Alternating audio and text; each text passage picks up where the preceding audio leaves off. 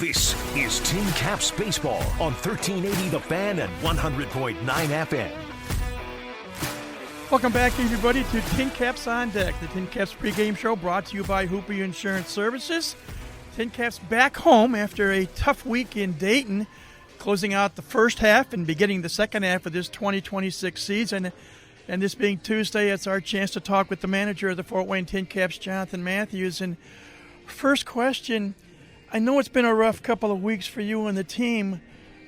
Knowing that it's been a rough time, how do you and your coaching staff come up with ideas to inject some, what I call, positivity into the ball club?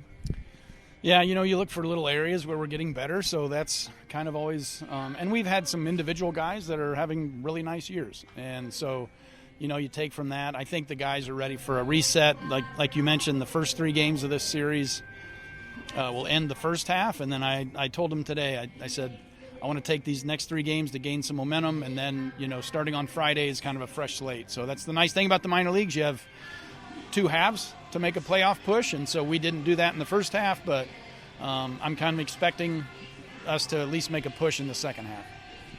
Well, you being the skipper and the man in charge, when things don't go as well as you would like with your team, how do you decide whether to speak to a player individually or to speak to them as an entire group? We use a term in baseball called feel, and I don't know how to define it, but, I think a lot of times the when you say something to a guy or to the group means as much as what you say. And so you just try to find those moments where you think they're listening, and whether it's the right time of the day or the right time of the week, or trying to find where they're going to hear what you're saying, because there's a lot of times where they're emotional, or after a loss they don't want to hear my voice, so a lot of times I'll do it the next day. But I do like to get the group together, and then also there's been times this year I've brought some guys in individually. I know the scoreboard said things didn't go well in Dayton, but you mentioned it yourself a moment ago. There are some players who have performed well, and let me throw a couple of names out and get your thoughts. First up, Kavaris Tears finally found some pitches he liked. Yeah, it's been encouraging. He didn't play Tuesday or Wednesday, and then had a really nice week as the week progressed. And so I grabbed him on Sunday after I think he had a homer, and I grabbed him. I said, hey, am I going to have to sit you every Tuesday and Wednesday? But yes, and he's been getting to some fastballs, which has also been very encouraging. Even, I mentioned this I think maybe last week, but even in his amateur days at the University of Tennessee, a lot of the damage he did was on soft spin in the zone. And so it's been nice to see him to get to some fastballs and put the barrel on them. Tucker Musgrove has pitched well out of the bullpen. Yeah, the other night we got beat, but in the 8th inning it was by far the highlight of the game. I think he threw 7 pitches, 2 strikeouts, and a ground ball. He was 97 to 99 with kind of a wipeout slider. It was an impressive outing in a game where we were trailing, and that's not when we like to use him. I'd rather be ahead, obviously, but he's been a highlight for sure.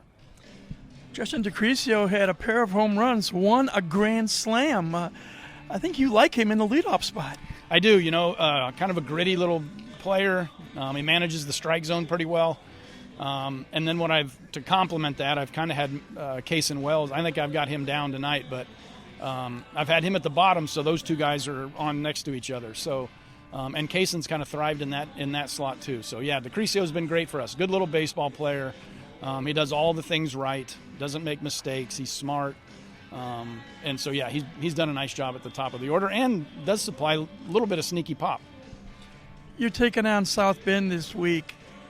You're the only team that's beaten the Cubs in a series this entire season.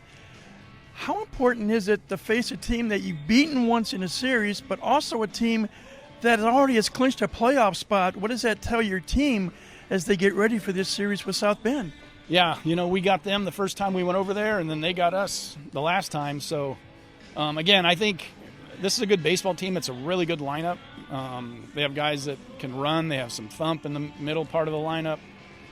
So I think it's a good test for us. And then also, like I said, this next 3 days build some momentum, and then start fresh on Friday with the second half. final question. 2023, you were here as the manager, and it's a similar situation, a rough first half, but yet you came back and you won the second half Eastern Division title. Knowing that, how does that help you in preparation for the second half of this 2026 season? To be honest, I've handled it differently this year. That year, we were really bad in April. I think we only maybe won 5 games.